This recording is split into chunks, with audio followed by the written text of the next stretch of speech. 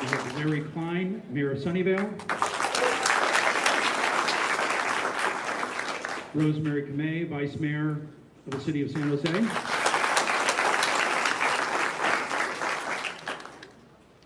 We have Sunnyvale City Council Member Murali Srinivasan.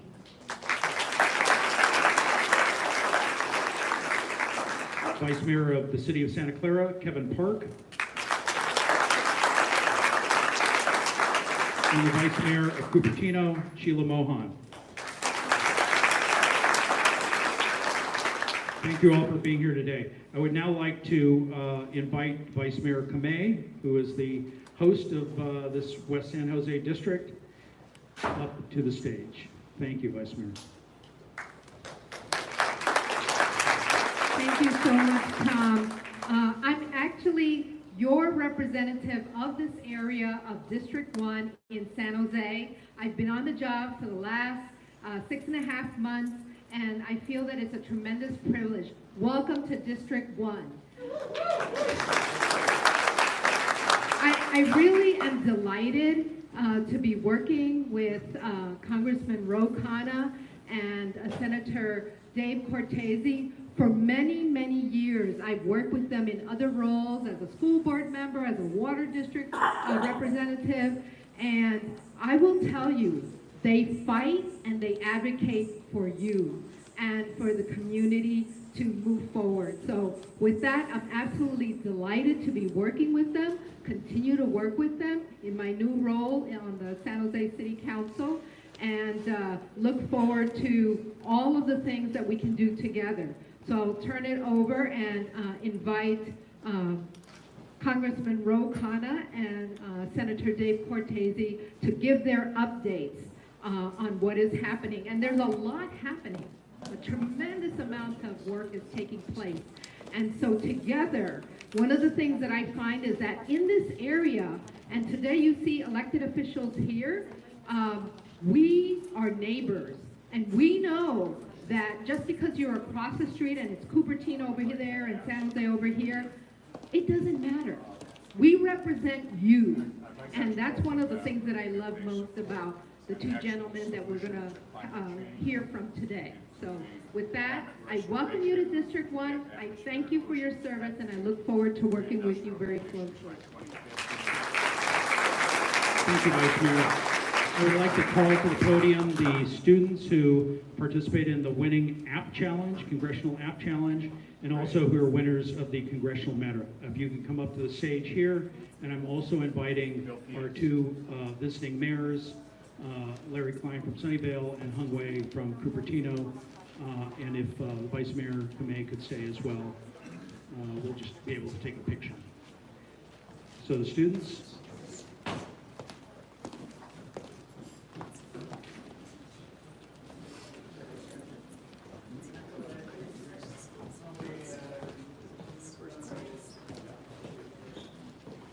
Great.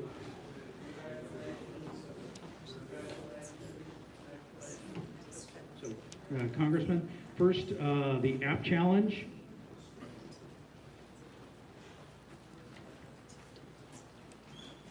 The app challenge is a nationwide software development competition, and we're going to honor the winning team. The app name is Berry Basket, created by a team of 4 students, Kevin Kim, Minuk Jung, Rowan Tiska, and Livia Patakamudi. And Minuk and Livia are with us, and their families are with us today.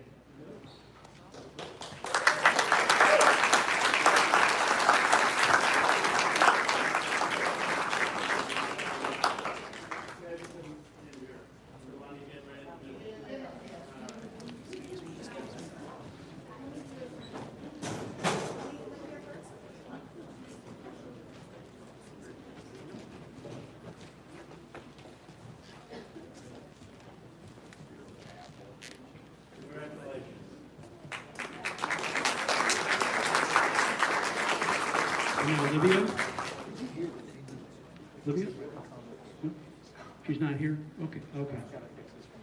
Okay, why don't you go ahead and I'll tell you what, can you, excuse me, can you just take that and I'll try to go through later. All right. Now, we actually have congressional medals, literally. We have,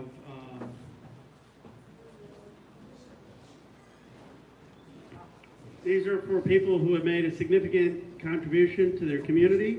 We have Lisa Smith with the gold medal and Sukad Mutakathar.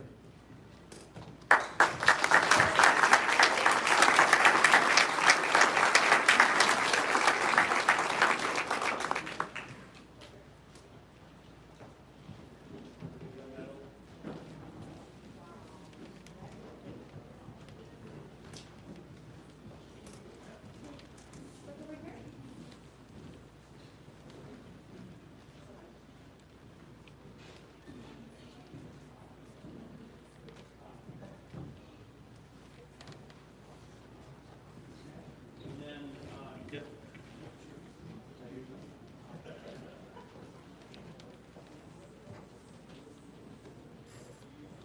And then Devin. Devin here. Here we go.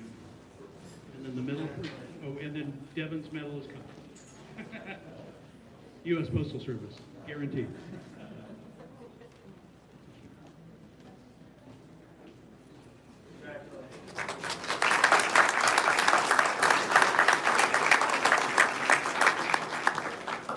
And then Sukad, correct? Sukad. There we go. Congratulations.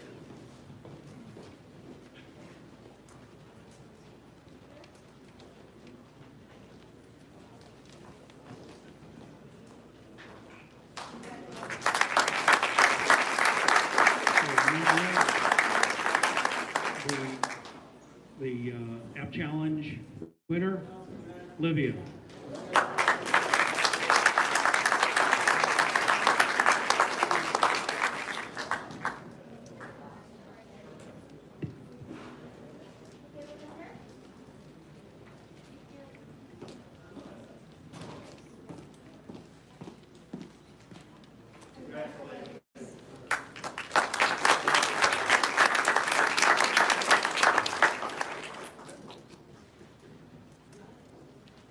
Okay, thank you, excellent. Yes, and before we get into Q&A, we're going to have opening remarks by both Congressman Khanna and Senator Cortese. Well, it's wonderful to be back home for August recess. I am honored to be doing this again with Senator Cortese. We've had a great partnership. I love the turnout that we get. You know, we've been doing this now, it's my 7th year, believe it or not, in Congress. And every month since I've been elected, we've had a town hall. And people say, well, do people still show up? Well, I think you know, people show up. It's a great district to represent. We've got people, Moms Demand Action, I see folks for Israeli democracy, for human rights, for, you know, you want to see multiracial, multi-ethnic America come to my district. We're making it work. So I'm really grateful. I love this part of my job, and we will continue to do these town halls every month. Let me say a couple things about what is going on in Washington, D.C. The first point I'm on the China Select Committee, and we had 2 Republican witnesses in front of our committee the other day. And they said, you know, America really needs to be competitive. These are Republican witnesses. We need to invest in our science, and we need to invest in AI and new technology so America can lead the world. And so I'm reading their testimony, and I turned to my staff. I said, these are the Republican witnesses? He said, yeah, the Republicans called them. So I don't like promoting my videos, but I will in this case if you haven't seen it. So I asked one of the Republicans, I said, you're telling us what America needs to do is invest more in science. You're telling us what America needs to do is invest more in advanced technology in health to lead the world. And they said yes. I said, have you looked at the Republican budget? Because the Republican budget is calling for $3.8 billion cuts in NIH. They're calling for cuts in the CHIPS funding. And this is part of the reason I say this is there's cognitive disconnect in what the Republicans are actually doing and some of the witnesses that they're calling. I mean, their budget is gutting science funding. It is gutting funding for the NIH. It is gutting funding for things that we care about in terms of the social safety net. And we in the Democratic Party are standing up and saying these aren't the right values for America, that we're going to continue to push for the policies that are actually going to bring back jobs, that are actually going to invest in this country's future, that are actually going to help the working class make ends meet. The president's economic policies are working. They're working. I mean, he came in with a plan, and he said, I'm going to make sure that we invest in manufacturing. Manufacturing is coming back to the United States. I'm going to make sure that we invest in infrastructure. For the first time, I'm not just going to say infrastructure week, I'm going to invest in infrastructure. Drive around this country, more construction happening than ever before. I'm going to make sure we're actually bringing our semiconductors back. That was a bill I helped write with Senator Schumer. The semiconductor bills are coming back. I'm going to make sure that we put money in the pockets of ordinary Americans, not the wealthy. That's what the American Rescue Plan was. That's why we have the consumer confidence that we do. That's why every economist has been wrong about predicting recession after recession, because they've underestimated when you give money to working people, they spend it and make the economy stronger. So this president, in my view, genuinely, has had a very strong record over the first 2.5 years. And a lot of the work we're doing in Congress is to say, how do we continue on that, and how do we make sure that the Republicans don't undermine that? And how do we focus on the things that actually matter for people? Standing up for reproductive rights, standing up for gun safety, standing up for basic health care for people who can't afford it and eliminating medical debt, standing up to make sure child care doesn't cost an arm and a leg, but we actually help people get child care. Instead, what are the Republicans doing? They're sending letter after letter to talk about Hunter Biden. It's like that's the only thing they want to talk about. It's a sad situation, but I believe that if we continue to focus on what actually matters to people, like this president is doing, and like our Congress, the Democrats are doing in a united way, that is going to break through, and ultimately people will respond to messages that are about improving their lives. So that is going to be my continued focus in the Congress after the recess, and I look forward to a conversation about those issues, and of course also open. I know that we represent, we have people here who have heritages from every part of the world. So I said there's no foreign policy question that doesn't get asked at a town hall in CD17. So we're open to those questions as well. If they're too hard, I'll duck them to Senator Cortese. Senator, why don't you give your update? Thank you.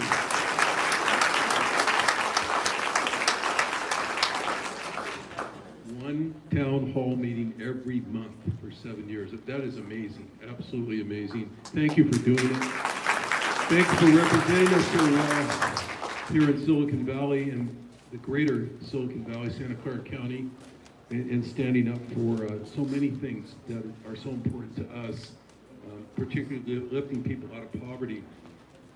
You know, there is a lot going on in Sacramento, and we're blessed, of course, with a different landscape there where Democrats, like me and many of you, of course, the Democrats control a supermajority in both houses. So we should be getting something done. And we got a Democratic governor, and our job is pretty straightforward. Besides balancing a budget deficit this year that was a little challenging, is getting legislation that will represent the needs that all of you have, but probably in this day and age, more importantly, some of the crises that we're facing on a regular basis. And just in terms of my own efforts, I want to highlight a couple of things. First of all, you've heard or read about the fact that transportation ridership has been down. Therefore, especially in the Bay Area, transit agencies, there's 28 of them. It's not just Muni in San Francisco or VTA down here. There's a lot of them, and they're struggling. They're, in some cases, on the brink of insolvency. The governor had proposed at the beginning of this year in January to cut $2 billion out of transportation funding, $2 billion that we had put in last year as a legislature that he had agreed to. We doubled down and said, please put that back. We require that you put that back to get us to sign off on the budget and add another $1.1 billion to make sure these transit agencies don't go out of business and we don't go backwards. It's really been our slogan, if you will, but a real slogan with teeth behind it to say, protect our progress.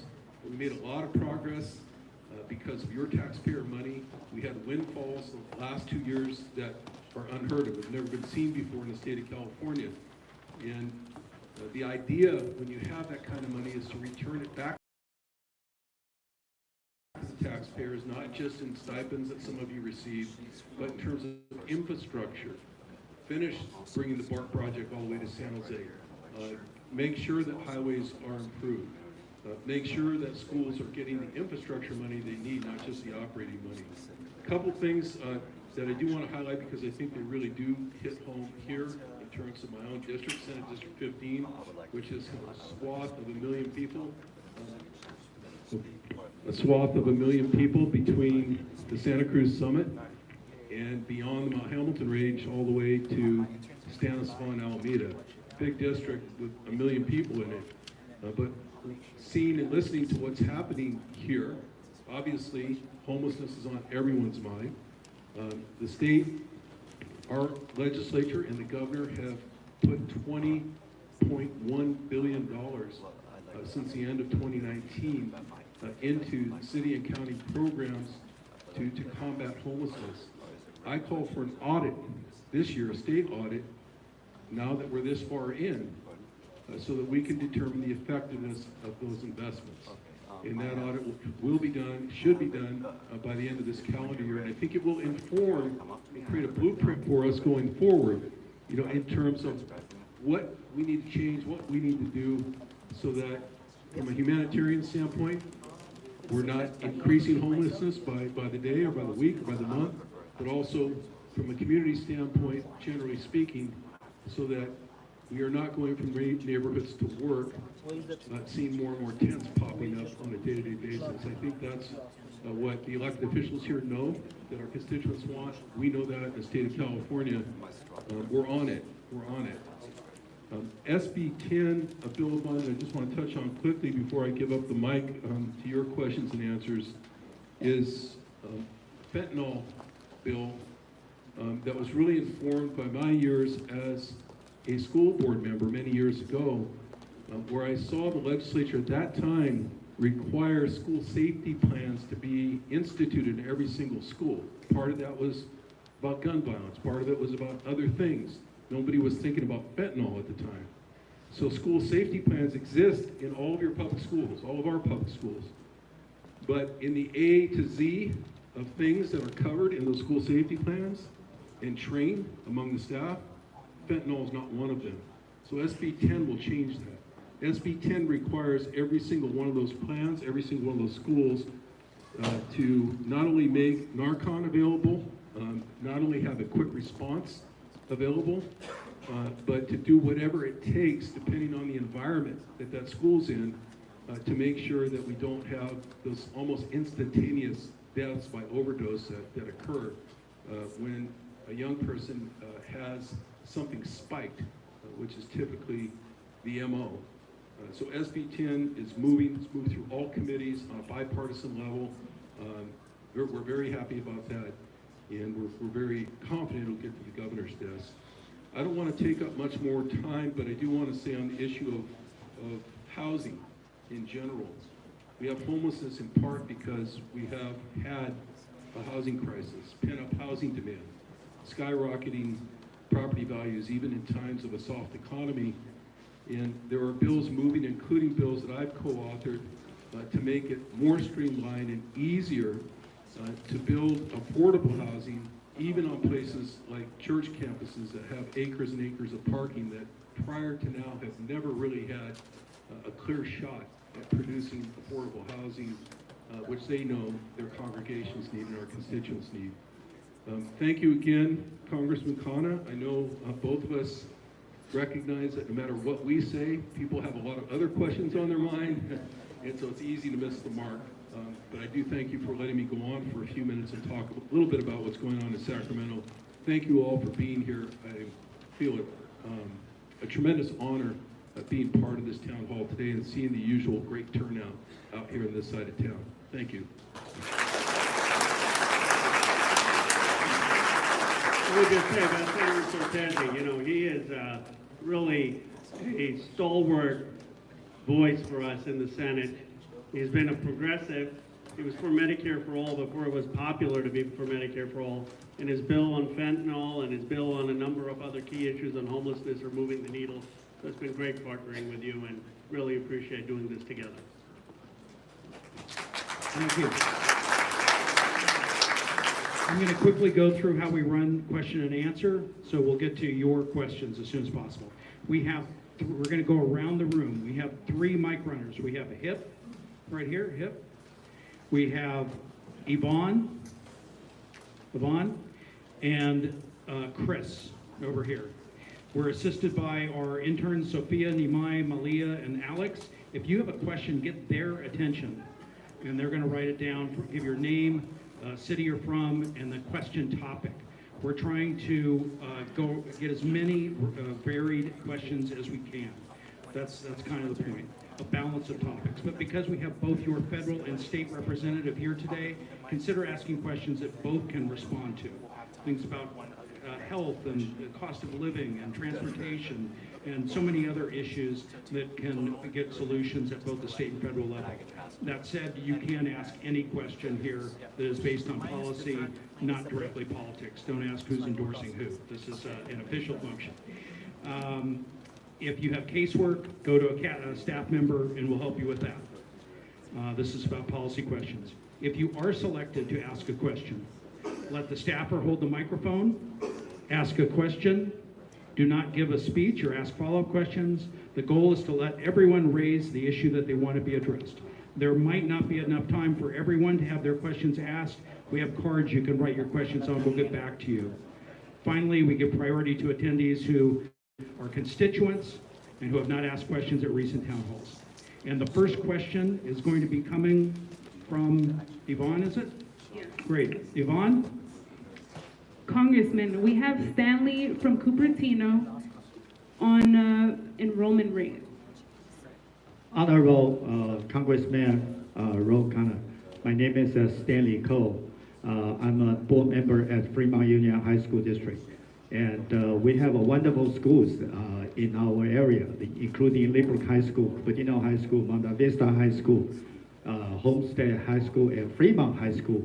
And we are predicting, based on our current CUSD, Cupertino Union School District, and the Sunnyvale Education District, that we're losing 2,000 students in the next 4 years.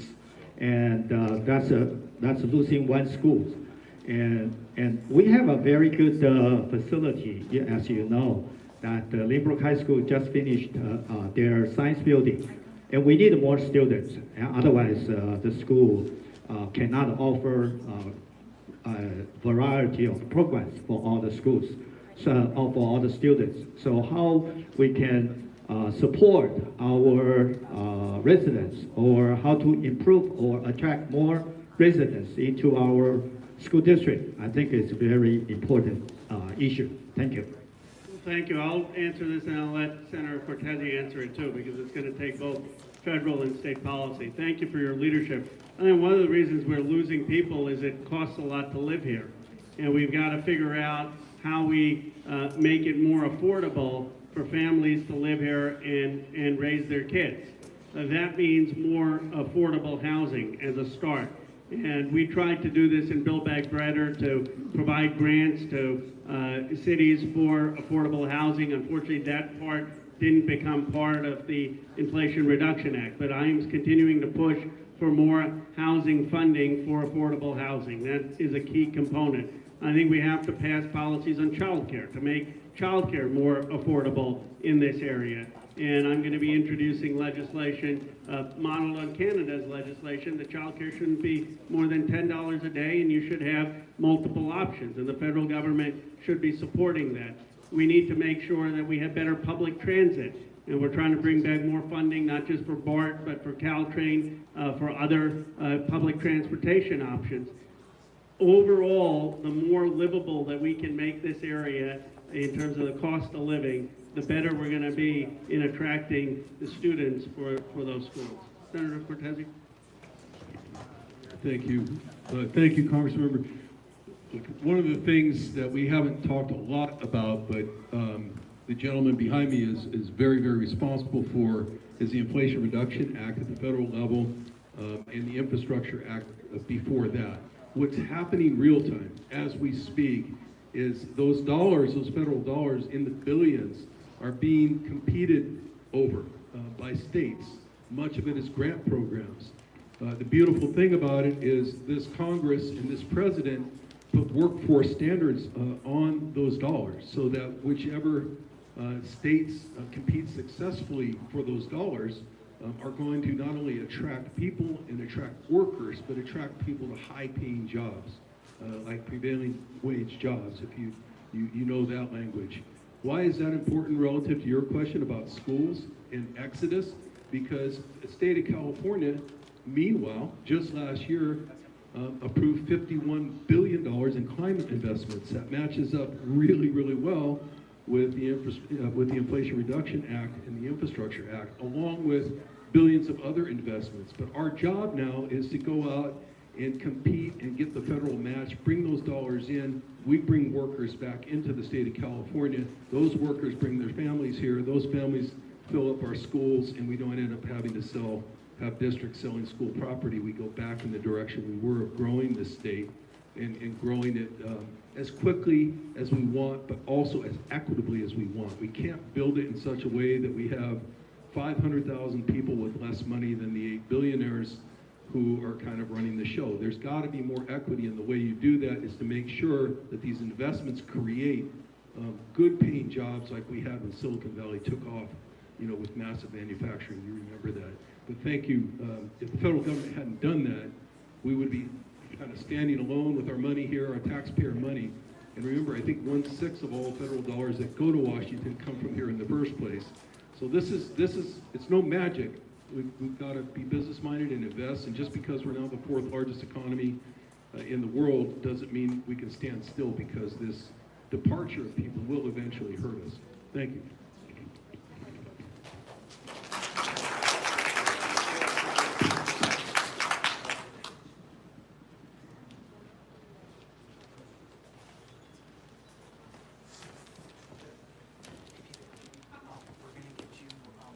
Congressman, I'm here with Deepak from Cupertino representing the Alzheimer's Association. They do have a delegation here and they would like to ask about HR 619. We have a team out here. Real thank you for entertaining our question. I just want to read this out. You guys can hear me? Speak louder. Okay. Yeah. Okay. Hey, my personal connection to Alzheimer's is I lost my mom a couple of years ago, and just because there was no medication there, right? Project, some more? Is this better? Okay. So I lost my mom through Alzheimer's a couple of years ago, and that's the reason why I'm kind of advocating for Alzheimer's. Now, 10 years ago, Congressman, you had unanimously supported the NAPA Act to enact the bipartisan legislation, the National Alzheimer's Project Act, or the NAPA, which we call about, that set a national goal of finding a way to prevent and slow Alzheimer's. This law has led to 10 years of tremendous progress in the research, treatment, and the care of Alzheimer's. In fact, thanks to this law, Medicare just announced today that they are going to be improving the way dementia care is delivered for people living with Alzheimer's disease and other dementia. But this law is about to sunset, and we need to reauthorize it by passing the NAPA Reauthorization Act, HR 619. So thank you for co-sponsoring this the last time. Alzheimer's has historically been an issue with strong bipartisan support.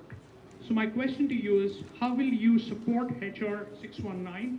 That's the first question. Second is, what do you think are the chances that bipartisan issues like NAPA reauthorization can pass the House this year? I appreciate your sharing your personal story. I'm sorry about your mother's loss, and there's nothing that moves Congress more than people who come and share personal stories in the Congress. And I'm always amazed with the Alzheimer's advocacy. It's a sea of purple on the action days on the Hill.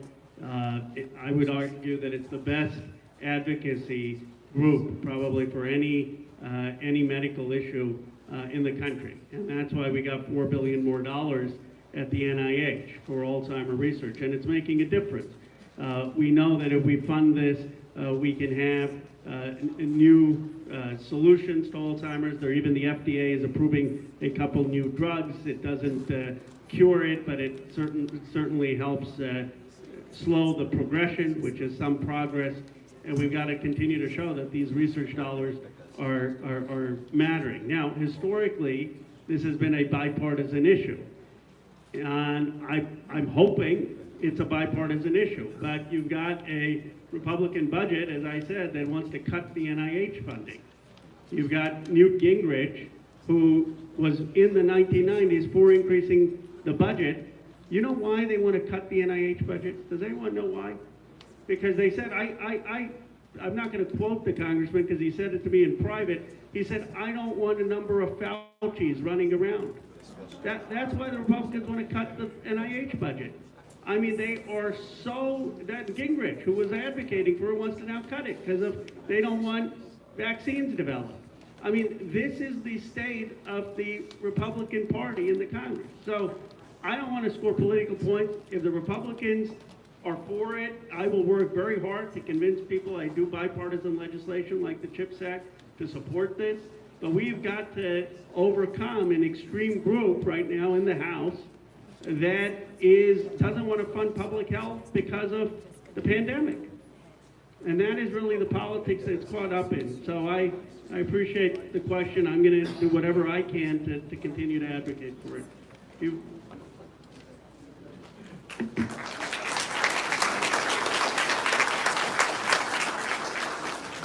Hello, Congressman. I'm with Ray from San Jose, and he has a question on climate solutions. Actually, from Milpitas. I'm concerned about climate change, as a lot of people are. I see and read all the news on fires, floods, and heat-related deaths. And I hear a lot about getting to net zero. And I realize that our atmosphere and oceans are already really messed up, and as a solution to climate change, getting to net zero is net nonsense. We need a real solution to climate change, which includes two things. And I would like to ask, once I describe these two, if you support that. Number one, we need climate restoration starting now using techniques that work with nature to restore our atmosphere and oceans back to pre-industrial conditions by 2050. Number two, we need clean energy, enough clean energy to eliminate the combustion of hydrocarbon fuels, including fossil fuels and biofuels. And we need to be able to eliminate energy poverty worldwide and get rid of poverty and scarcity. And to do this, we need nuclear energy, which is supported by the Inflation Reduction Act and other bills. And so I'm wondering if you support this two-pronged approach to solving climate change, climate restoration and adequate clean energy, primarily nuclear, which is what we need to get the amount of energy we need. I'm going to answer, and then I'm going to let Senator Cortese answer, because of all the 50 states, California is doing the most on climate. I mean, that's just factual. So I want to aim to talk about that. Look, we're still putting in, as you know, 162 metric tons, 162 million metric tons of greenhouse gases into the atmosphere every day. Every day. That's still what's going on right now. And those carbon molecules, it's not complex. You know, they are up in the atmosphere. The sun's rays come down. That's what heats the planet. Sun's rays bounce off the earth and they're supposed to go out to space. And the carbon is in the atmosphere capturing the sun rays and that's not letting them exit. And that's what's warming the planet. This is just science. This is, science in junior high or high school that explains what's causing climate change. Now, I completely agree with you that nuclear has to be part of the solution. The Intergovernmental Panel on Climate Change has said that nuclear has to be part of a solution as long as, and there are now new reactors where you don't have the same waste. You've got promising developments also on fusion that are taking place. But nuclear isn't going to be sufficient. As the Intergovernmental Panel of Climate Change says, we also need massive investment in solar, we need massive investment in wind, we need massive investment in hydraulics power, and so we need to move to a place where we have 100% renewables, including nuclear, as part of the solution. And I have always, since in Congress, been open to that as part of it, but not as a panacea that says we shouldn't be investing in everything else. In terms of climate restoration, there is funding in the IRA, if you look at it, for research and some of the climate restoration work. Again, I'm fine in the exploration of that and taking steps that the IRA has, but it should not be lull us into complacency that we don't have to dramatically lower emissions. And some of the folks say, when you talk about climate restoration, they think, well, maybe we can just wave a magic wand and fix things. I don't believe that. I think it has to be an approach which the IRA recognizes, but the main thing we've got to do is build our renewable energy sources, have more energy efficiency in our buildings and in our industrial base and in our public transportation. And if we do that, we can tackle climate and stop approving things like the Willow Project in Alaska or the Mountain Valley Pipeline, which is entrenching more fossil fuel infrastructure, where I stood up against the administration. I didn't think that they should be entrenching that kind of fossil fuel infrastructure. David? Yes, thank you. First of all, let me just say, I think you captured, succinctly, actually, with the question and the statements, what needs to be done. So I authored SR 34 to make California the first state in the union just a few weeks ago, the first state in the union to adopt a climate restoration resolution, climate restoration policy. People say, well, why do we need another climate resolution? Because of if you listen to that question, I think if you listen to our congressman, we have carbon to get out of the atmosphere. Net zero doesn't get anything out of the atmosphere as a goal. If we don't do that, we've got a big problem. It's interesting being from an area like this because there's Silicon Valley companies, Blue Planet comes to mind, and others who are working on technological ways to do that. You heard about some of the some more environmental ways of doing that, for lack of a better way to put it. But this has to happen. It has to happen. In 2019, I had the privilege, because it was the middle of the Trump administration. It was at what turned out to be the end of the Trump administration, perhaps fortunately, very fortunately. But I was invited out to the United Nations on the eve of the climate summit to speak on this very issue as the only elected official invited out there, because folks were trying to figure out how to deal with this problem, one state at a time, one town at a time, one city, one county at a time, because that's what it's going to take to get this done. Like any other movement where we've seen change. Anyone in here who's anywhere near my age remembers a society that where probably there'd be a cloud of smoke in this room right now because there were so many tobacco users. How do we change that? We change that with young people taking on a transformational view of what needed to happen and telling their own parents. We've got to change this, now it's going to happen with climate, which is why I'm the principal author of a climate literacy bill that's also moving toward the governor's desk to make sure that we have climate literacy taught in our schools. It's not part of the curriculum now, believe it or not. But I already mentioned $51 billion in climate investments just in this last session. Thanks to you, the taxpayers. That money is going to be leveraged. That's really part of the solution. Thank you for the question.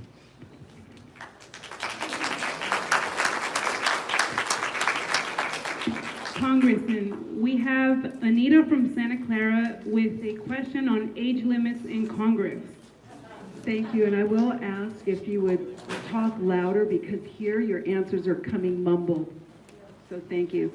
Now, this is my first attendance, and though I do want to speak on age limits, I really didn't like the fact that you were already calling out our Republican constituents because I am no party. I've been Democrat, I've been Republican independent, and now I'm no party. I really wish I would see, starting here, bringing us together because I don't care who we are, what group we're affiliated with, we want balanced budgets, and we do appreciate you representing us. So thank you for listening. And if there were no lifetime appointments in the Supreme Court, as well as age limits, there are some in our government representative, they're a bit too old to function. And I really do wish if they were younger, they might be more in touch with us, like the gentleman about enrollments. Get Wall Street out of housing. Why are the only people that should be able to buy residential property are citizens, private citizens, not Wall Street, not trust. It's artificial keeping these home prices up. Second of all, again, being in touch, and I can understand where both sides, we want to cut budgets, we want to spend budgets, like on student loan forgiveness. My God, I told my kids, you have to have a good credit score, and now the government wants penalize people with good credit scores to have higher mortgage interest rates. I mean, is that crazy? Unbelievable. But second of all, this SB 951 really has my eye, or it's my last point. So 951 has been marketed throughout the state of California as giving benefits for family leave and all these really great things. But they didn't tell us how they were going to pay for it. You have to read in the fine print, they're raising our SDI percent from 0.9 to 1.1%, so everybody gets a tax increase, and then they take off the wage limit. Unbelievable. So instead of paying no more than $14.78 a year, you could be paying all of your wages are now taxable for SDI. So thank you for listening. I really appreciate it. Well, thank you. Can you hear me? Can you hear me? Yeah. Thank you so much for coming. I appreciate that, and we certainly welcome people of all parties, no parties, in the town hall. I'm very proud that we've always had a civil conversation. To your point about housing and Wall Street, I actually have a bill. It's called the Stop Wall Street Housing Act. I encourage you to look at it. What Wall Street is doing is they're buying up single-family homes, especially under $500,000. They're going to working class areas. They're buying them up. They're jacking up the housing costs, and they're doing it here as well, where they're buying out property, and that's driving up costs. And we need to say no to that and put an end to that. We shouldn't have Freddie Mac and Fannie Mae subsidizing that. And my bill, if you go online, you will see that bill and my legislation on that. I also have a bill for term limits for Supreme Court justices, 18 years and then you move on. And again, I think that can have bipartisan support. Look, when I've been in Congress, I've tried to work across the aisle. The CHIPS Act, I worked with Senator Young. I have a bill with Senator Rubio about how to bring manufacturing back. The point that I was making earlier is not to attack Republicans. It's to point out the facts about what's going on in the Republican Congress. I would like nothing more than for that Congress to increase the NIH and NSF budget. But we have right now a small group of folks who have a very an ideology where they don't want to spend on NIH and NSF, and that's just the reality of the politics of what Kevin McCarthy is dealing with. And if we can get to a point where they're for increasing the NSF and NIH budget, I'd like nothing more than that. It's just not the situation now. I don't know the Senate bill because that's in the state. Do you know? Do you know? Yeah, we can look up the Senate bill. And did you want to say anything on the other topics, or? Let me just quickly say your concern about cost and appropriations is a real one. It may not seem like it, but I believe both parties, and we don't have any no party preference in the legislature. I have lots in my family, and I have both parties in my family, and I'm so glad that we're doing this here, not at the Thanksgiving table. This is working a lot better for me.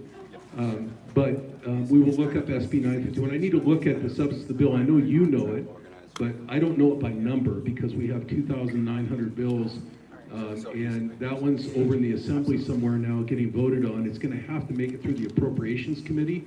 And frankly, if you feel very strongly about the cost of that bill, it's the perfect time for you, regardless of your position, whether it's the same as mine or not, to go to the portal. My staff's right behind you. They can give you that information. Go to the portal and put your objection in there right away directly to the Appropriations Committee as to why you think it's too expensive or devoid of cost explanations. And believe me, they will read it and they will post it in the legislative analysis for everyone else to read as well. So, you know, however you want to do that. If you don't want to put your name on it, they have ways for you to do that. Thank you.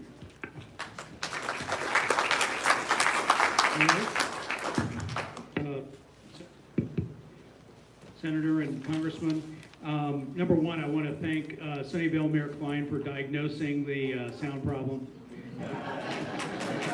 Wow. Here, I just thought he was good at the Facebook thing with the dog. It's a man of many talents. Amazing. I have Shlomit Bloom and Batsheva Ravir from Cupertino, both here. Oh, okay, come on over. They're here with a group that's concerned about democracy in Israel. And to maybe show the show of support here, the people that are standing are here together in support of this. And Shlomit, Batsheva, here we go. Batsheva has a question. So, Congress Khanna, my name is Batsheva Aviv, and I live in Cupertino.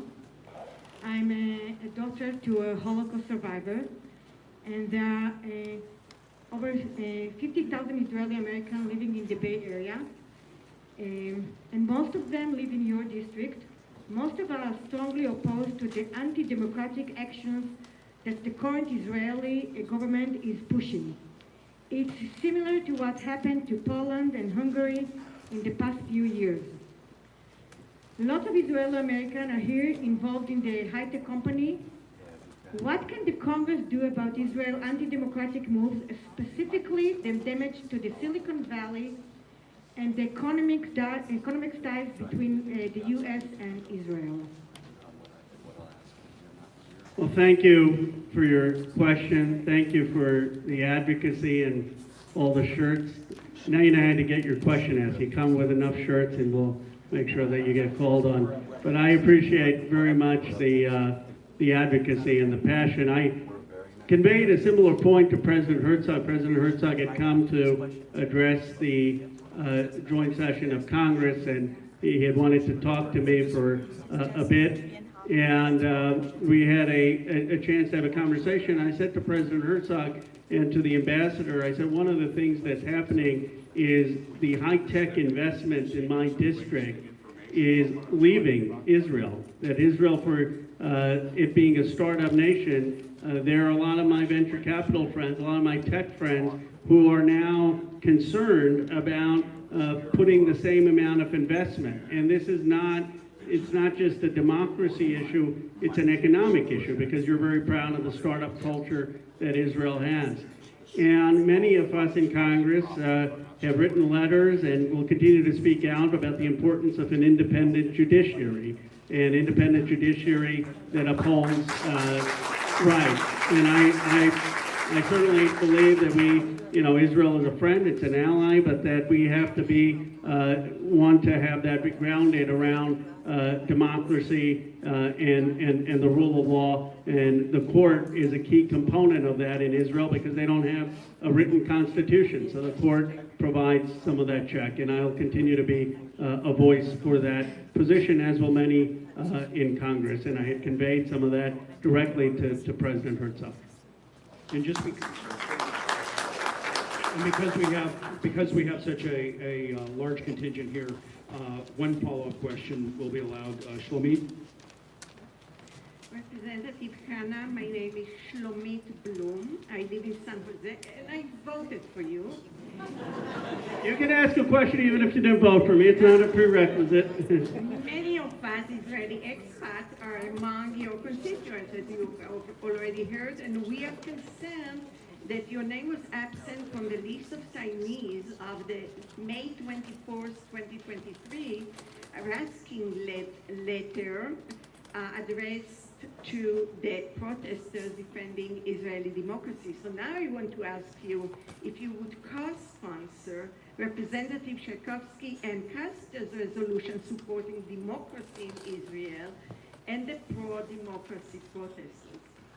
I appreciate it. I thought I had gotten on the Raskin line. I know I was on some letter that supported the view that Israel needs to have an independent Supreme Court and concerns on democracy.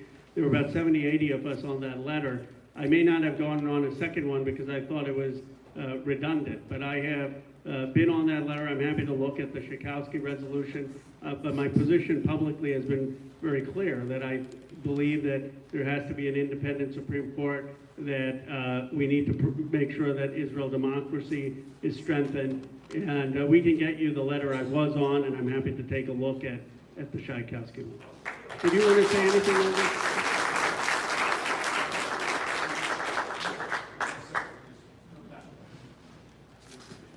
Hi, Congressman. I'm with Peter Friedrich, and he would like to get the audience's attention on the anti-Christian violence in Manipur. He is also with some individuals from the affected community. So if you wanted to stand up and show yourselves, this is a great time. I'm going to give the mic to Peter for his question, and then a member from the community will also field a question as well. Hi, Ro. It's nice to see you again. As you're aware, can you hold it down a little bit low?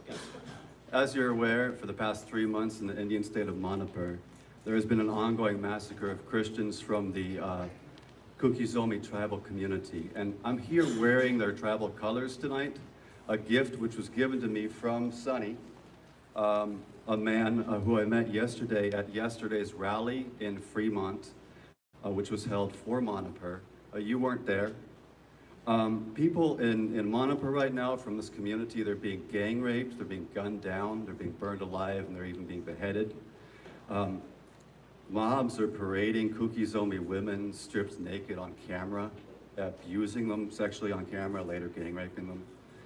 Well over 100 are dead, maybe 500 churches have been destroyed, as well as thousands of homes. 60,000 are displaced, and all of this is happening with documented state complicity. So today is the end of my 7th day on indefinite hunger strike. I've eaten 0 calories in a week. I'm on hunger strike to ask you to go on the floor of the House of Representatives to specifically speak against the ongoing anti-Christian massacre in Manipur. And with respect to the victims, as well as to make a genuine stand for human rights, which stands alone from all other political issues, all other foreign policy issues, this really has to be a standalone floor speech, uncluttered by other stuff, just about this issue of anti-Christian violence in Manipur. So my question is, why won't you speak against the violence in Manipur, especially how it's targeted at Christians? If you do support international human rights issues, like you've just been talking in support of democracy in Israel, you've spoken unapologetically about human rights issues, aside from the foreign policy issues in those countries vis-a-vis US. You've spoken in support of human rights in Yemen and Iraq and elsewhere. So if you do support international human rights issues, then what is the reason for your reluctance to make a bold, unapologetic statement about it? What is so scary about making a specific statement against the ongoing massacre of Christians in Manipur? Cyril, I'm hungry for you to say something about the massacre of Christians in Manipur. Please make a promise to do so on the floor so that I can eat again. And we do have somebody else in the audience who would like to offer a follow-up. Hello. Oh, wow, he's done. Wow, that's great. Thank you. We're here for a town hall meeting, but somebody speaks up about things. They can't ask a single question. They have to speak about it, right? I want to know about ACA 5, okay? That's my question. But you got to spend 5 minutes talking about your questions. Jesus 8, chapter Christ. So Ro is on the U.S. House India Caucus.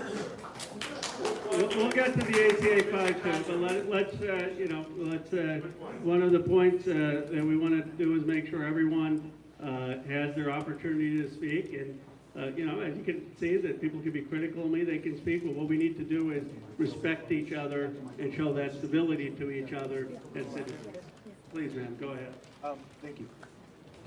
Hello, my name is Tini, and I'm from Kuki-Zomi Woman, from Manipur, India.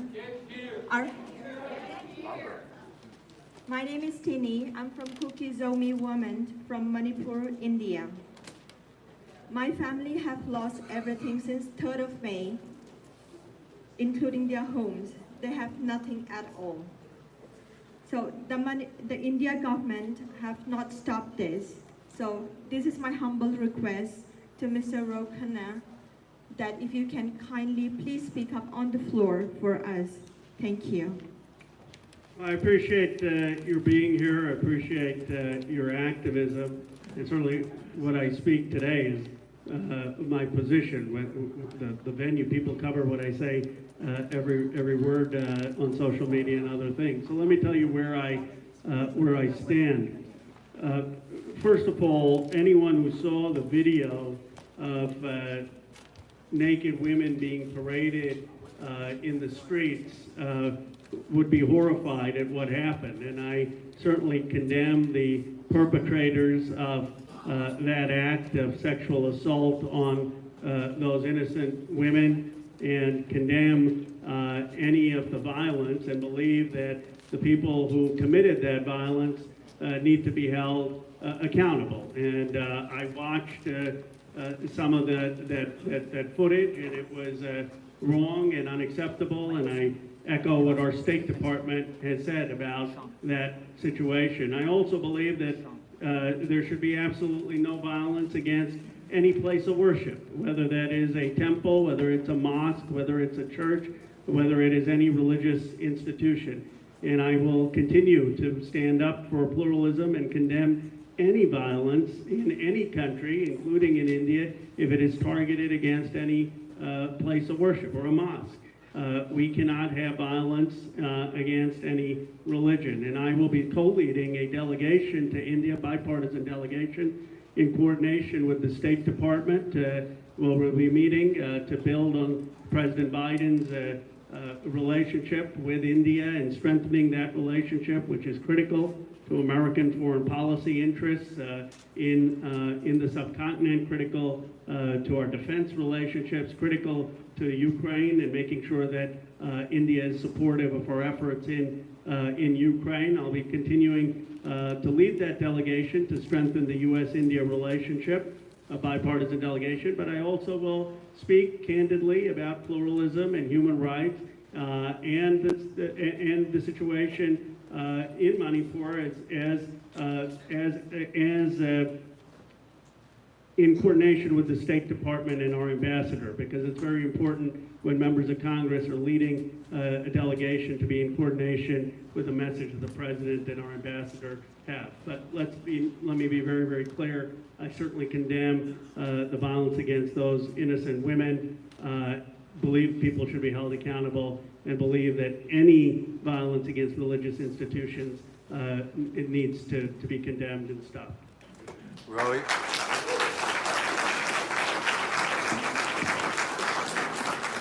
Ro, you didn't answer my question. I continue on hunger strike. Congressman, we have Susie from San Jose with a question on the stock market. And look, we also have Laura and Todd with us. And one common theme that I've heard from you today is you've mentioned investments, and that's near and dear to our heart. We applaud both of you for actively investing in tech, especially me because that's my industry, so thank you. Wanted to find out if you're aware of MMTLP. It's a symbol in the stock market. It started out as an investment, and there's about 65,000 investors, and due to no fault of the investors, it was halted by FINRA 2 days early versus the approved S1 from the SEC. And we're now 7 months later and our money is held hostage. We don't have our private shares and we still don't have any dollar value to our investment. Out of our 65,000 families, we have seniors, we have veterans, we have single moms like me that are trying to put my daughter through college, which down in Silicon Valley is very expensive. She actually needs a new car too, and I can't buy one.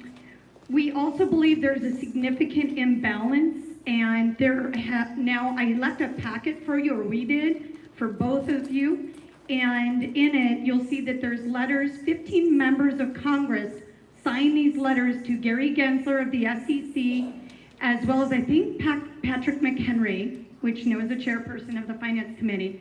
And so we're really asking for your support.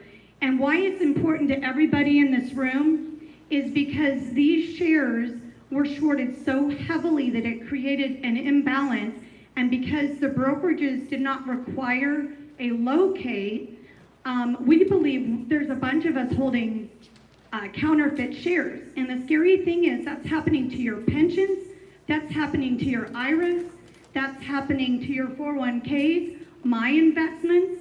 So we all should care about this, and I'm hoping you will spearhead this to look at what's happening in our markets and the paltry fines that these firms are getting, like BlackRock and JP Morgan. The crime should fit the profit that they make, not like pennies on the dollar and it's a cost on a balance sheet. So I really applaud you and I appreciate your help. Will you please support us? Well, thank you. Thank you for speaking out, and I completely am sympathetic to your view that there needs to be regulation on some of the short selling and some of the manipulation that big Wall Street firms engage in, where ordinary people are left holding the bag and hurt.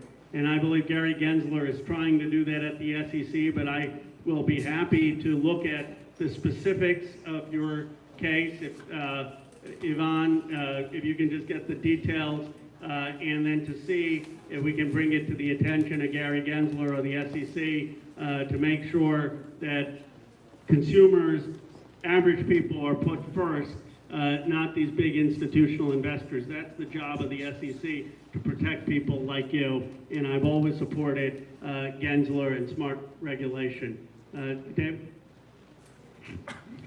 Well, first of all, it's the first I've heard about it, so I knew when I came in here today I'm going to learn a few new things, and that's great. So I'll look over the information that you gave me.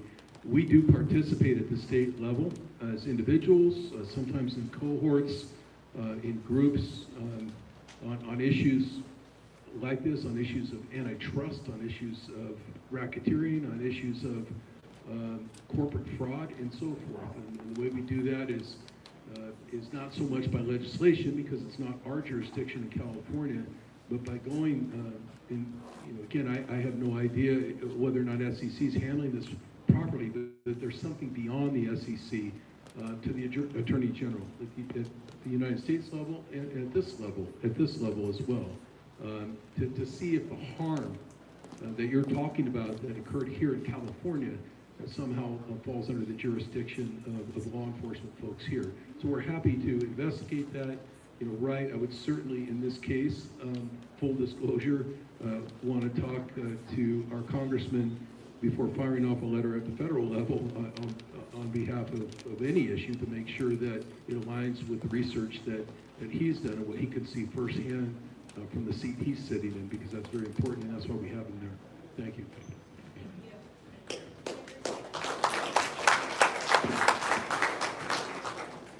Congressman. This is Mariah from Sunnyvale, and she has a question regarding gun violence prevention.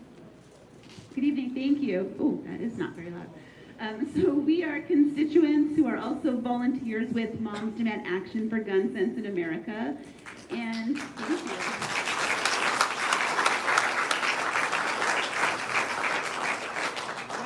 you. Join us. And because we believe that we want to end the epidemic of gun violence, which kills 120 Americans every day and wounds twice as many. And so we want to really thank both of you for your history of supporting gun violence prevention legislation and initiatives. And so we ask and we hope that as the legislative session moves forward, that you'll continue to keep gun violence prevention at the forefront of your minds, both in Sacramento and in Washington. Thank you.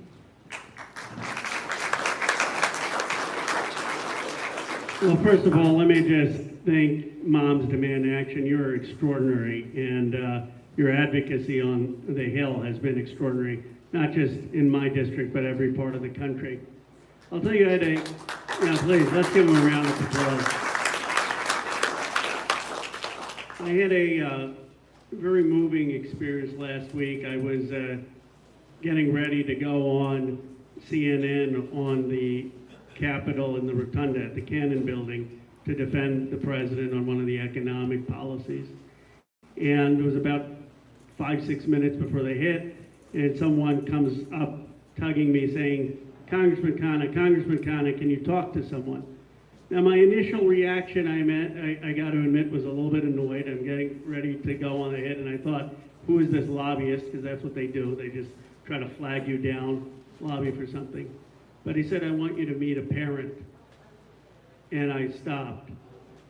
And there was a father of someone who had lost his son in Parkland. And he said, can you talk to me? And 3 other parents, all who had lost their children in Parkland. And he said to me, the high school there had all of the shooting has not been changed, and there was all of the belongings are still there, and that they're going to have an event honoring the students there, and could I just help promote that on social media to raise awareness? And there was something about that moment, just the smallness of the request for someone who had lost everything. And I see these parents, and it angers me that they're not being listened to. It's inhumane. And, you know, it's one of the most frustrating parts of my job that I don't think we've done nearly enough in banning assault weapons, in making sure that we have background checks, universal background checks, and making sure we have red flag laws. And I don't know how many parents are going to have to come to the Capitol. But I do know that what you're doing matters, and that public sentiment is on our side, and eventually we're going to have to prevail because the deaths are just senseless, and it's very hard as an elected official to be looking these parents in their eyes, knowing that we've failed as a Congress to live up to doing our duty.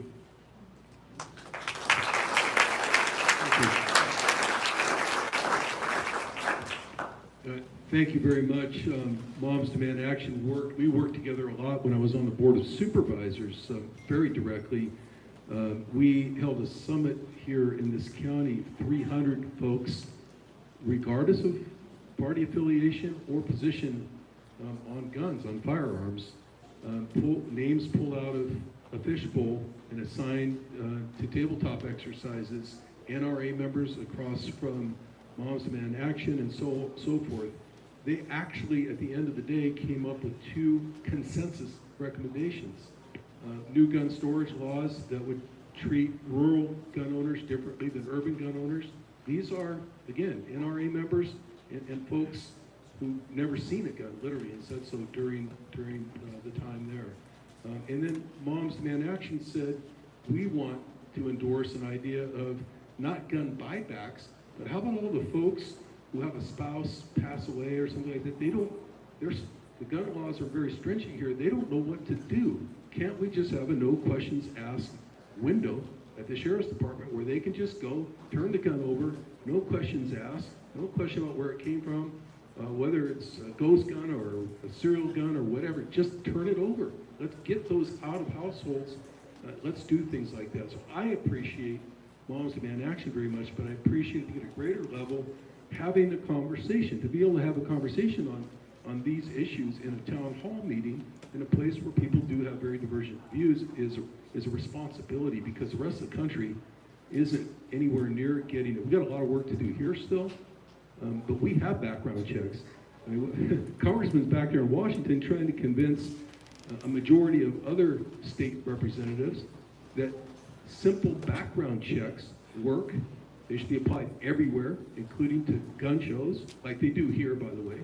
And they can't get traction there, despite the fact that we have the facts to prove that despite the problems we still have here, we're doing much, much better than other places in the country.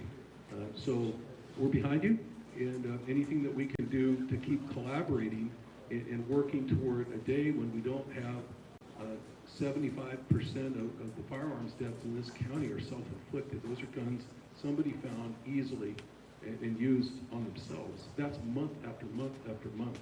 And the number of felons who have guns with only 2 Department of Justice, State Department of Justice officers for the entire Bay Area, that doesn't get it. We got to get guns away from folks, who are setting records in places like the East Bay in terms of murders. So thank you for being here.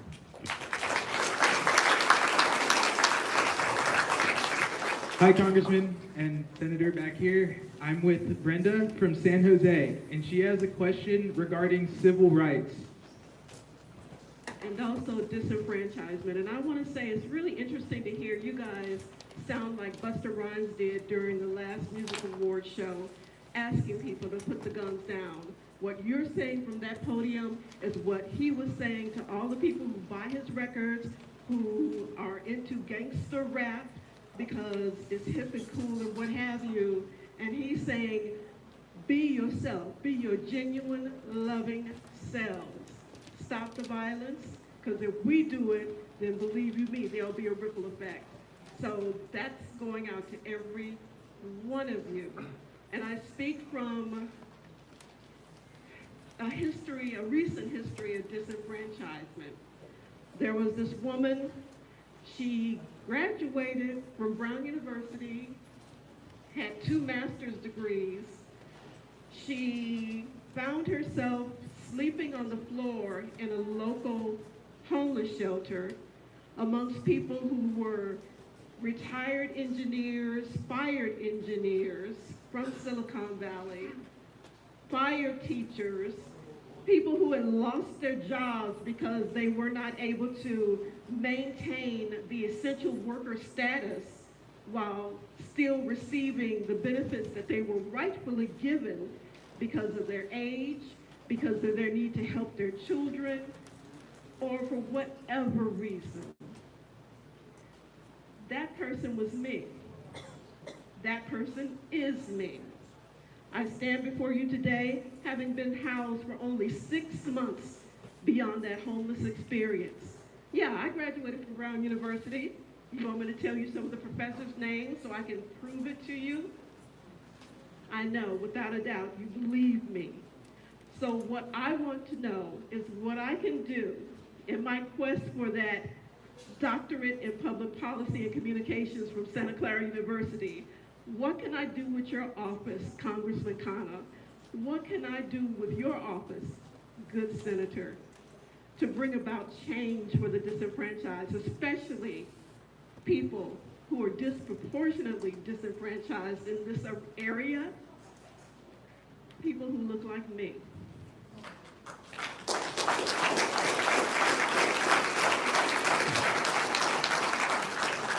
Well, first of all, thank you for sharing that. That's very, very powerful. Let's give her a round of applause for courage.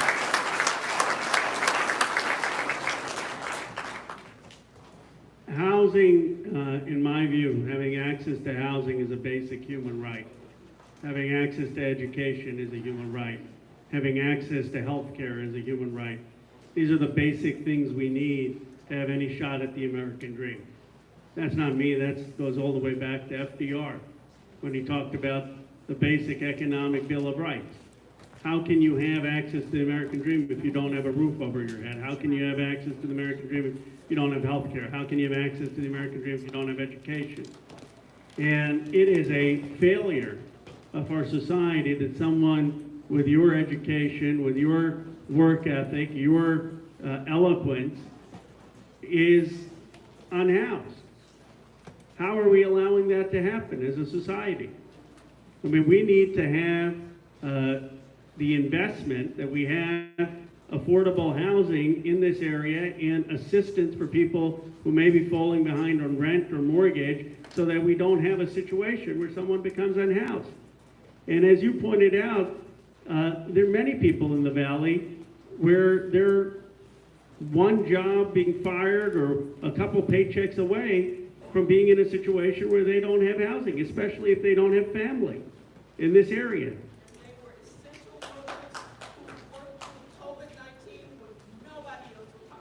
And you're absolutely right. They were essential workers, and Elizabeth Warren and I had an essential workers Bill of Rights, that if we're going to call workers essential, they should get child care, they should get housing, they should get basic pay. And that is, and then I think what your experience on the African-American community, they have been, their story, the African-American community story has not been told in Silicon Valley. It has been too often invisible. There has not been enough hiring of African-Americans in the tech companies, in the VCs. There's been a marginalization of many of the African-American community.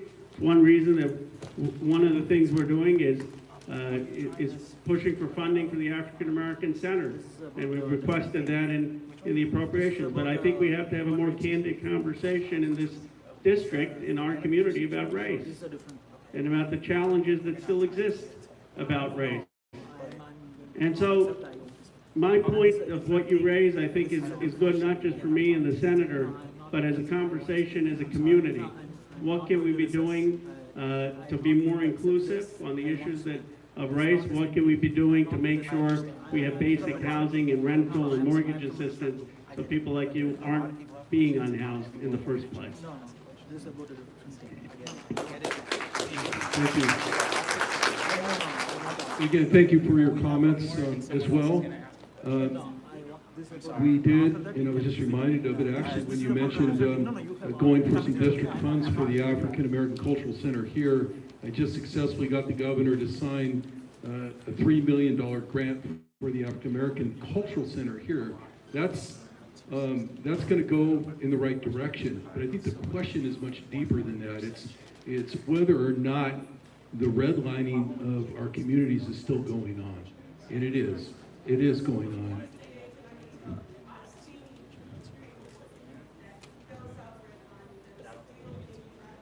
It's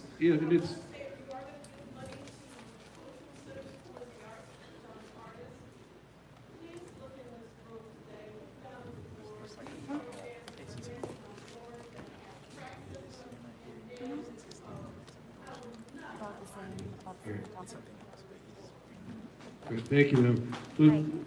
Look, what's happening, and we see it close up, we see it in legislative outcomes that I know the two of us push against or fight to change. It's much more subtle than just the old covenants and restrictions and redlining around housing and who lives where. Horrible, and the indices of that go on and on and on because it affects generational. But we see things like this. Well, now that people can telecommute, now that a lot of people don't have to drive to work, why don't we do X, Y, Z? Fill in the blank. Really? And who are the people who aren't telecommuting? Who are the people who are on the road all the time? Who are the people that are sometimes on the road all the time to 2 or 3 jobs? It's still people of color. It's still people who are entrenched in poverty. It's farm workers, for that matter. The people who are delivering our food is the most important job in the world. On the one hand, we're starving them. The Pajaro River flooded, and the federal government promised money, and Congressman's been pushing to get that money out. Our whole congressional delegation is. Our governor said $95 million immediately, regardless of documentation, regardless of anything. We're going to get money out to people right now. 2 months later, the money still hadn't arrived. Those are bureaucracies, those are systems that are compounding the problem. They're compounding the problem, and you might not realize it depending on what neighborhood you're in or what community you work in, but we see it up close. So I want you to know that it drives me every day. Besides that, I'm old enough to have heard as a much younger elected official, especially by corporate interests oftentimes, just wait. A couple more years, we'll raise that minimum wage. Just wait. You know, don't kill jobs now, but don't kill business now. Just wait a little bit longer, and we'll raise the bar for everyone.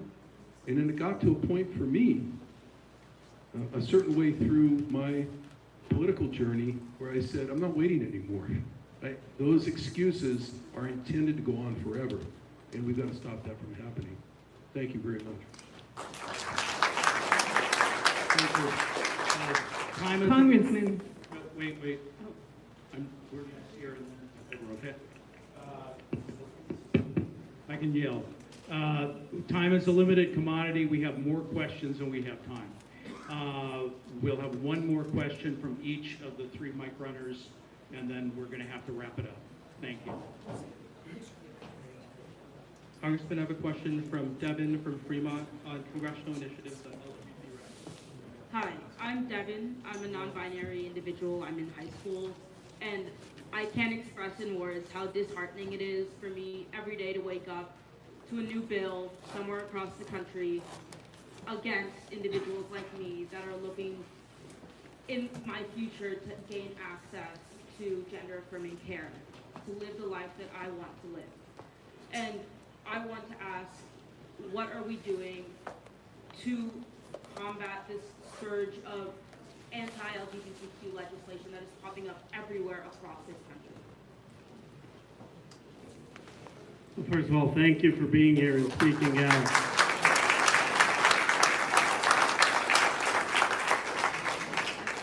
I wish more people, more of my colleagues could hear you, because they're just doing this as a political tactic, and we need to be more vocal. I went to the House floor and I said, we need to speak about transgender rights as human rights. We need to be clear that it is cruel to ban transgender kids from playing sports. I mean, you're talking about 6th, 7th, 8th graders, and not look at just the polling on it and go and talk about, you know who gets it? The young people. They're not the ones clamoring for the bans. It's people, it's the politicians. And I think one of the prominent people is going to realize that the politics doesn't always work. I'm thinking of the Florida governor. You know, eventually people want folks who are going to solve their problems. So I have, the other thing I say on gender affirming care, you know, the irony of people saying that the state should make that decision. I said, have you ever talked to someone who's transgender or their families? These are not easy decisions. These are when to start hormone therapy, or if not, when to delay puberty, or if not, whether to have gender care, or if not. These are some of the hardest decisions people make, and they agonize over it. And their parents should agonize over it. Why should the government be intervening in that decision? That decision should be between the individual and their family.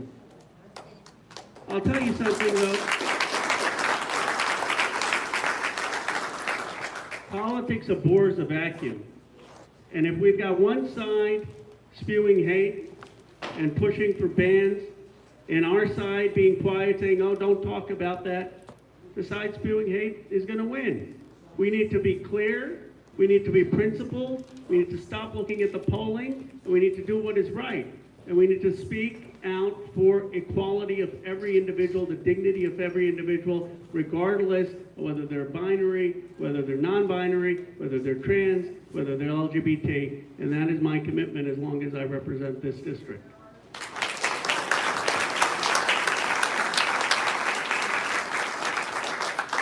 I have and do and will continue to support all the access that you need. I think most people in this room know, especially around these issues, to be very, very careful with the disinformation that's out there.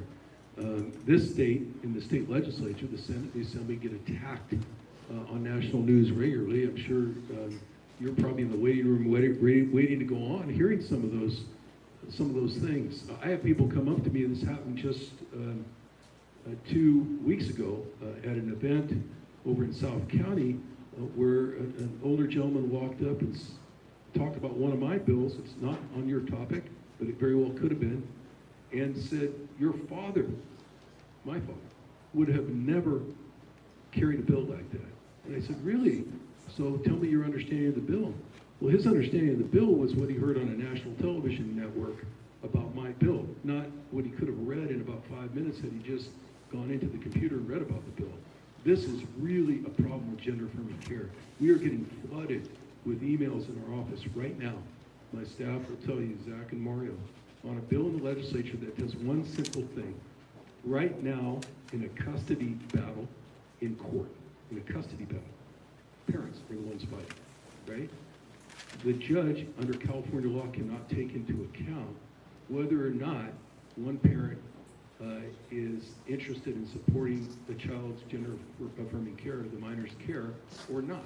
It's just not allowed right now under the law for the judge to even take that into consideration. Now, nobody's telling the judge which way to decide. Nobody's saying the state should take charge of the issue.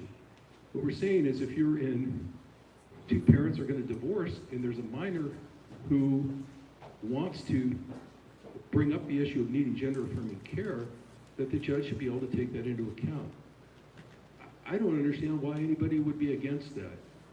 You know, bringing the law up, you know, to the world that we're in, so that somebody, God forbid it would be your family, but somebody who might be a friend or a peer of yours could get the system to make sure that he or she would have continuing access going forward. But if you read those emails coming in, you would think that bill is a completely different bill. It's there to take the rights away from parents rather than give the rights to the parents.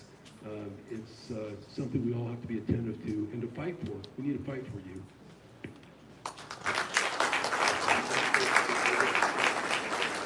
Thank you, Deb. Thank you for your leadership on this in California. Thank you again for speaking out. Hi, Congressman. I'm with Sal. He has a question on your upcoming trip to India. Hi, Ro. Thank you so much for doing these town halls for the last 7 years. I've been coming for the last 4 years and notifying you every step of the way as this current government, the Hitler of our times, Modi, has been, doing atrocities over atrocities, worse and worse, continuously over the past 4 years. And I know you know because I've been letting you know. So, and now the latest event in Maripur, where we had 2 people from that community, I don't know, I think I stepped out, they kind of told us the Christians are now being paraded nakedly on the streets there, and the police themselves handed them to do that. So you're going there right now. You're the chair, you're the co-chair of the Indian caucus. This is very much your responsibility. You can't just hide behind, oh, it's state policy. You're part of making state policy on this. What are you doing to make sure you hold India and this government accountable for human rights violations, core principles of what this country stands for? Thank you. Well, thank you for the question. My view is similar to President Biden's, President Obama's, Fareed Zakaria's, and that is that India is a key ally and that we need more economic, technology, defense cooperation. At the same time, that we need to speak out clearly for pluralism and minority rights and and the president has, and Anthony Blinken has. President Obama, I commend you to an interview he gave with Christina Amanpour, where he talked about the importance when you have 1.5 billion people in a country is economically as consequential. It's in the United States' interest to engage and to build, but to do so while affirming pluralism and democracy, and with humility. We've got problems, as we've realized here, in our own democracy. So we need to have this conversation as how do democracies become better in building on the rule of law and multi-racial, multi-ethnic democracy. And I will take that approach in line with what President Biden, President Obama, and others have articulated. Okay, we have time for one more question. Go ahead. Together. Congressman, we have a question about protecting schools in Palestine. Hello, Congressman Khanna. I'm Donna Baranski Walker. I'm here with Malika Khan. Malika's a constituent. My name is Donna Baranski Walker. I'm with Malika Khan, who's a constituent, and we're within an hour after the. Yes, sorry, got it. Within an hour after the judicial overhaul passed in the Israeli Knesset, there was a notice to a Palestinian school that their building permit was revoked. They have 14 days to press for an injunction against demolition. This is that moment when your intervention and that of your colleagues in Congress actually makes a huge difference, and so does your intervention. It's this moment. There are 58 schools, Palestinian schools, facing demolition orders. About every month, the demolitions have been happening, and this morning was another one, confiscation of all the school's building materials near Jericho. It's really serious. It's speaking to the Israeli embassy and also in favor of the READ Act, American policy, and all that you've said about the right to education. This is the time to use the connections that you have to press for that right and keep the schools standing. Can you take action? Well, I appreciate that. I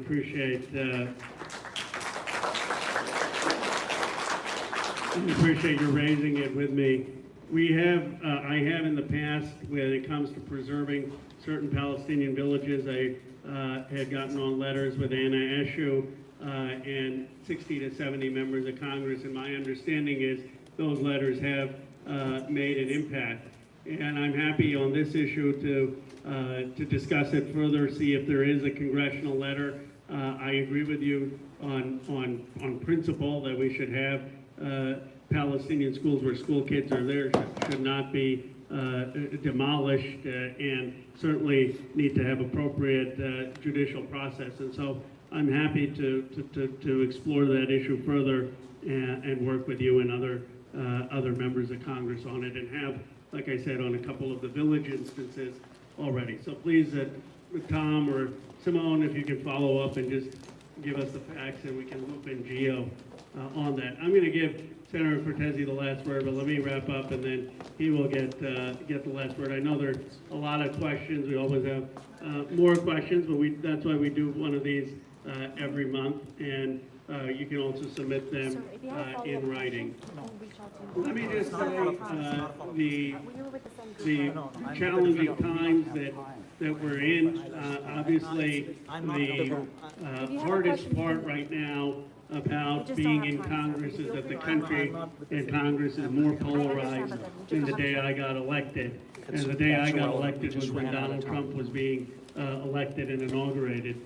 And I would argue the country is probably more polarized today than even then.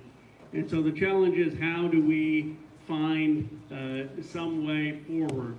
And I believe that our district, as I've said often, provides a model for the kind of conversation we need to have back and forth, listening to each other, respecting each other, not jumping on moral judgment.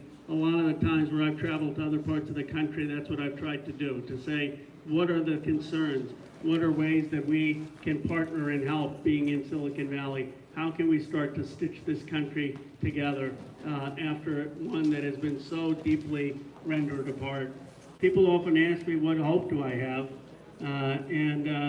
you know, my hope is probably not in this next presidential cycle, but my hope is with the next generation. I've seen these young folks, I've seen the young folks in Congress from all over the country, all different backgrounds. That's the future of this country, and that future is bright. And so my work in Congress is based on two hopes. One, of this district and how we do things, and second, on the younger generation, to build ultimately a multiracial, multi-ethnic democracy where everyone has health care, child care, housing, and basic rights. I believe that that is our task, and we in the 17th district can be part of creating that future. So thank you for your participation here.